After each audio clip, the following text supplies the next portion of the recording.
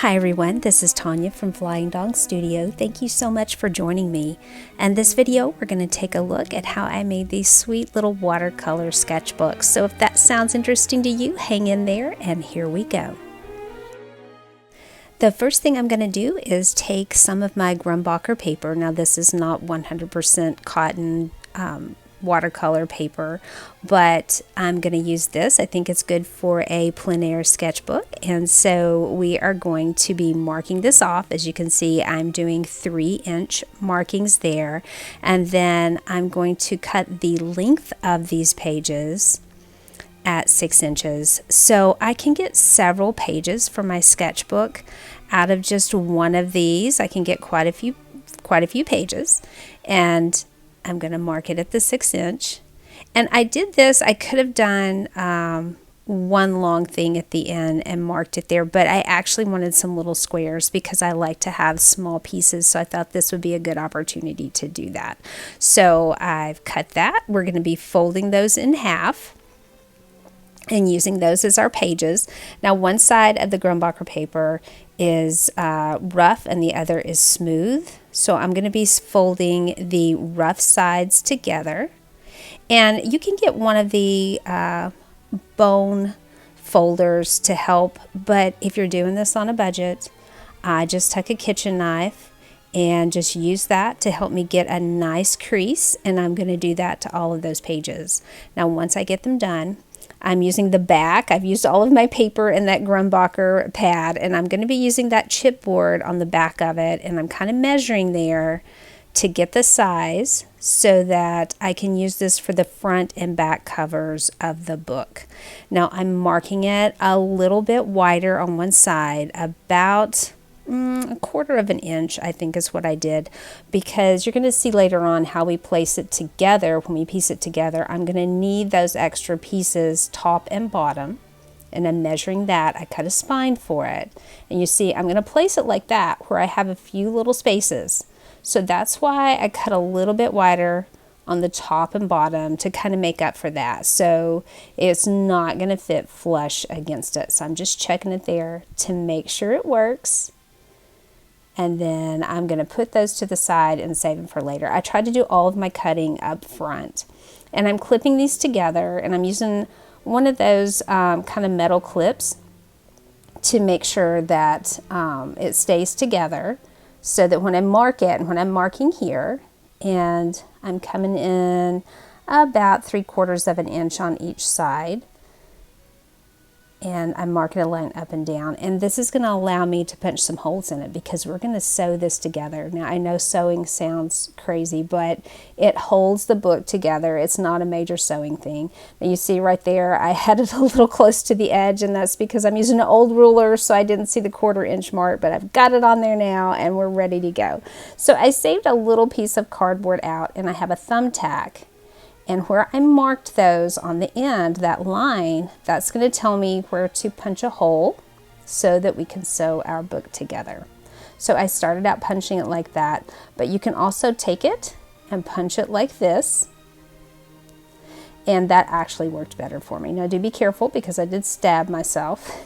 So that can happen. Now I have all of the holes punched, and I'm going to line those up just like that, the way that I did it. And I bought some Tapestry needles because they're not so sharp on the end, and I'm really bad about poking myself, as I said earlier. And then I just had this on hand. That was just some embroidery thread, and it was yellow. If you're going to use something like that that has a color to it, make sure it's a light color because you don't want any of those colors to bleed into your piece. But that was a light yellow, so I thought it was pretty safe. So I'm going to do this slowly through here. I'm going to come back with a close-up to show you exactly how I did it, but I'm going to start with the top. I'm going to come down, thread it through, and leave myself just a little bit on the end, enough to tie. And then I'm going to come back on this side and pull it through. And there we go. Now I'm going to put another one right up against it. That's why I kept them in order, so I'd have them in the order that I marked them. And I'm always going to go through the top here. Whoops. It's kind of tricky. And I'm all thumbs sometimes. So we're going to pull that through and flip it over and go underneath. And once we get that pulled through, we're going to tie those two together. Now, make as many pages as you want for your book.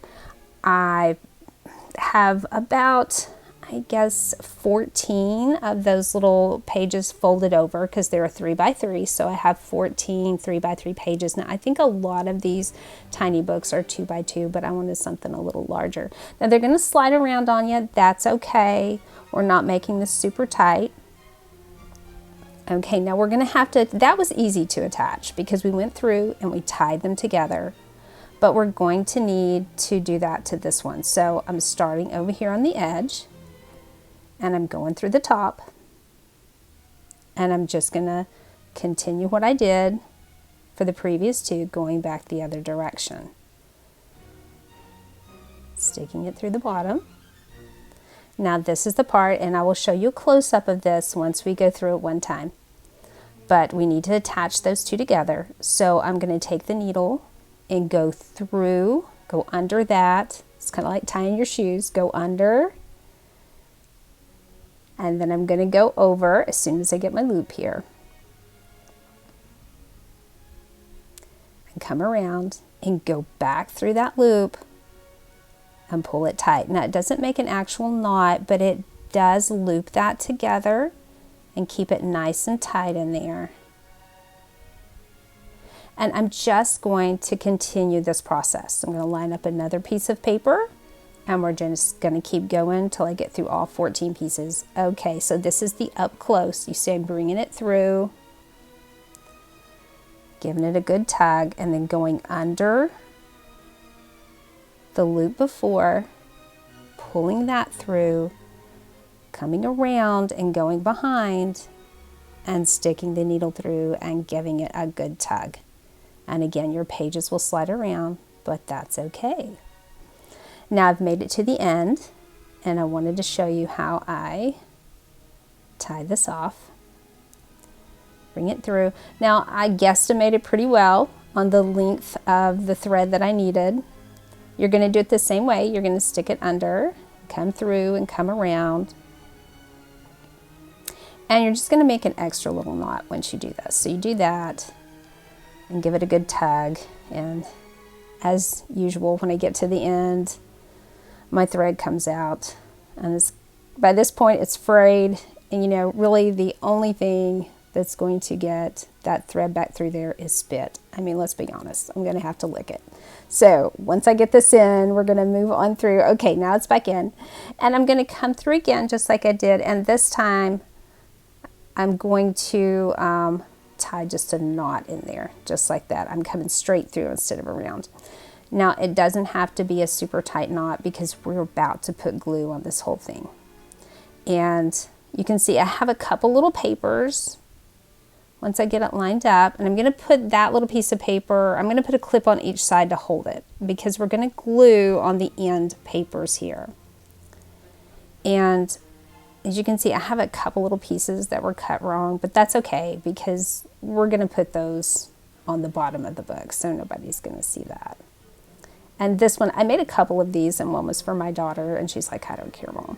So again, I'm putting a piece of paper there to kind of protect the paper because those metal clips will leave a mark. So that's nice and straight, and I want to make sure those are nice and even on that end. I'm not so worried about the side-to-side edges as I am the top and bottom here, right on the spine. I want to make sure that's even. Now I'm using Elmer's GlueAll. It's the extra strong formula. And I'm going to put the glue on, and if you're a neat person and not a small child like myself, you'll probably want to use a brush to brush this on, but I'm just going to use my fingers because I hate cleaning brushes, paint brushes that have glue on them. And that's what I'm talking about with that little string. If your knots are not good and tight on the end, that's fine because we're going to put glue on there and it's not going to matter. And I'm just making sure it's in all the little creases. And when I use my fingers like this, I have a damp paper towel to the side so I can wipe my fingers off. So while that's drying, I have some little craft paper. This is like for scrapbooking, and this is the one my daughter picked out with little bunnies, and it's so cute. And I cut it down to size, and I think these papers, I actually bought the needles and I bought the paper at a craft store, and I think altogether I maybe spent $4. And I have cut them down to leave myself about 1.5 inches on the outside edges. And I don't have exact measurements. Just make sure you leave yourself enough space.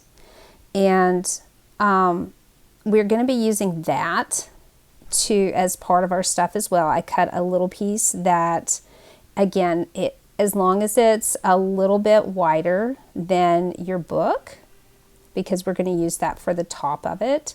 That's kind of an extra binding piece is what it is. So I'm going to put that over to the side. We're going to use that in a minute. When I cut paper, I cut it all at once. Now these are our inside papers, and these are going to be for our front and back cover. And we'll bend those in half and kind of get those all ready, because once I have my glue out, I like to glue everything at once. Now we've already glued the spine, and that is going to need to sit there until it gets pretty dry. And then we're going to come back and put another coat on the spine just to make sure we have a good solid hold in there. So again, I'm folding these in half, and these are the same size as my pages inside the book. So these are going to be a 3x6 on those. And that's for the inside front cover, and it'll all make sense once we put it together here. So I'm going to first glue those. And these two things, they're going to go inside like that, and our book will go in the center. And these, they're decorative, but they also give it stability and keep everything together. That's what those 3 pieces are for.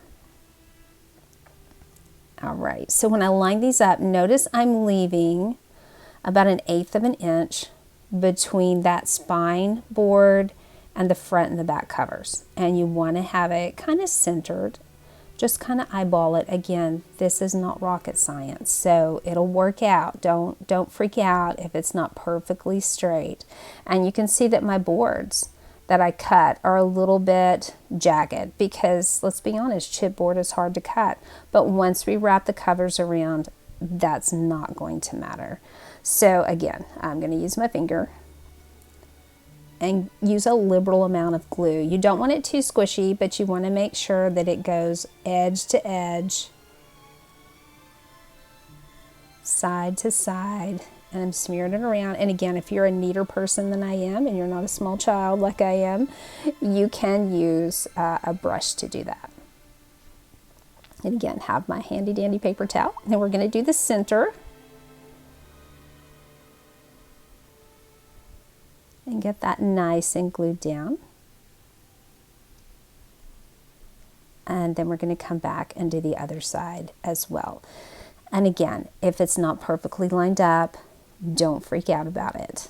This does not have to be perfect. I promise you they will turn out so sweet. Got a little much glue there and had to wipe my finger off. And I'm making sure, because those front and back covers are taller than they are wide, to make up for those little spaces that we left on each side of the spine. So Embrace a Simple Life box is going on top, and I'm going to let that dry. So we are nice and dry, and now we're going to start putting this together. So I do this a little bit differently. If you've seen other tutorials on this, I do my front cover the way I was taught in college, and it's been a long time since I've made one of these books. So I made one for myself first, and then I made my daughter, so hers turned out better. But I am folding those over on each side and on the ends, giving it a good crease there. And because I did that, it's kind of like origami. I have those creases to kind of guide to add or to line up on the edges there. It's kind of like wrapping a package, and I'm going to fold that over. I want to pre-crease all of these before I actually glue it. Now, most people at this point, they will cut off these corner pieces where it's flat. But I was taught by my professor, and we were graded on this. We had to create a pleat on those corners, and this creates a pleat, and you'll see what I'm talking about once we get these bent. This is the trickiest part, and this is why I like to pre-bend it before I put glue on it, I like to get it together. You see those create kind of a pleat on the end, and that's what we want on our book. So I've pre-creased them. Now again, the glue and my finger. And I will tell you while I'm gluing on this, this took me 2 weeks to make these books. It doesn't take that long. It takes about a day. By the time you let it dry and come back, and you can encourage it if you have a hair dryer or something, you can encourage it to dry a little bit faster. But I got COVID at the very beginning of this. So when I was punching the holes, I punched the holes for one book, and then I came back 2 weeks later and finished making the books. So this was a long process for me, and I'm still not completely over it. So, okay, so I folded it over just like that. I'm going to do the ends first, and then I'm going to do the sides. Just like that. And if this doesn't come, I was careful not to get it all the way to the edge because I didn't want to run it on the table. You can see I didn't put anything down. I just have my table there. I'm going to put my Embrace a Simple Life box on there, set it to the side, and we're going to put our second coat of glue on the spine. And it takes a little while for this to dry. I have found that, and it was rainy when I was doing this, so it took it a little longer. It depends on what your weather is. If it's kind of damp outside, it'll take it longer to dry. So this is almost dry. You can see it's a little bit shiny. Now that's that piece of paper earlier that I cut. It was one of those little scrap pieces. I folded it in half so I would know where about the center of the book is. And see, it's a little bit shorter than the book is tall. And I'm folding that like that. Make sure it's nice and creased. And I'm going to glue just the center part. And it does not have to go the full, there we go. It does not have to go the full length of the book. So it's just a little tab. This is going to add stability. And I'm only gluing that part right there because that's what's going to glue the book to that spine. And I shouldn't say spine, I should say front and back cover, because that's the last time we're going to be putting glue on that spine. That's it. Now here everything is dry. You can see our little book that is nice and tight. Let me tell you, that is a strong, strong hold.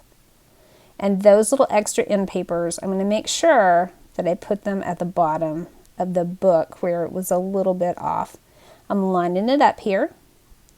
You want to line it up before you put any glue on there, because this glue, if you use this type of glue, once you glue it and stick it down, it immediately starts to hold. And when you get paper wet and then you try to pull it back up, it will damage your paper. So make sure you get that. Those are going to go in there. And then we're going to glue that down, but I'm not gluing the spine. I'm only going to glue those little tabs. We can't glue the spine, because if you glue that spine now and glue it to that backer board, your book will not open and close. And we want our book to open and close. And I've used a lot of glue, making sure I'm not getting it on the spine, making a mess. And I'm getting it to the edge. But again, if I didn't get it all the way to those flapped edges, that would be fine, because we have more things. We have those end papers to glue on there. So now I'm going to line it up, making sure those extra, get my book turned right, making sure those extra long pieces are on bottom. I knew about where to put it because I'd lined it up before, and I still have a few seconds to kind of slide it around. That looks good. And we want to let this dry before we do the next part. So I'm going to put a book on it, let it dry. Okay, it has dried. Open my little book up, and that is an extremely strong hold that will not come out of that book. And I did not glue the spine, so I can still open my book. Now, these are the final pieces of the puzzle. Remember, those were cut the same size as the pages inside of the book, so those are 3 by 6, so it'll create a 3 by 3 when we fold it. I'm going to glue it there, and then I'm going to glue it there. And that's going to hold our book together. And those are, again, those are scrapbooking papers, but those are more of the cardstock. They're a little bit thicker, and I would use a thicker piece of paper for that. The little white tab that I glued onto the spine to hold it to the front and back cover, that was just a piece of the watercolor paper. So I'm just doing one side at a time. It's easier if you glue one flap and then get that set and then glue the other side. And I like to glue to the actual watercolor paper first and then glue to the book, because I want it to be lined up on that perfectly. And if I glue on the book first, it might not line up to the watercolor paper perfectly. So I do that first. I'm making certain I get right in that crack. Yeah, right in there and all the way around the edges.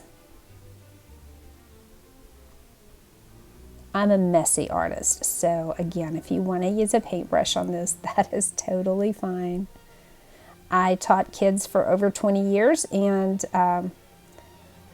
so I was used to getting messy. Sorry, that went off just a little bit when I was filming. Press that down. Now we're going to do the other side, and again, we're going to put that under a book and let it dry. Now this is dried. This is our finished little bunny book, and you can see that created the front and back covers, and we have those little pleats. And I did make two of them. This was the first one. I hadn't made one in years. It's been over 35 years since I was in college. So I used green on mine. I kind of wish I'd used the same color. Again, that went out. I cut it a little small on one side. There was a little flaw right there where it wrinkled when I shut it and didn't realize, and I didn't get mine lined up quite the way I wanted to, but again, that is such a strong hold. And you can see we did not glue those spines, and that's why I did not glue that spine to that chipboard spine. I left that open so that our book can open and close. And these are a lot of fun for plein air painting, and you can see they will open flat when you sew them like that.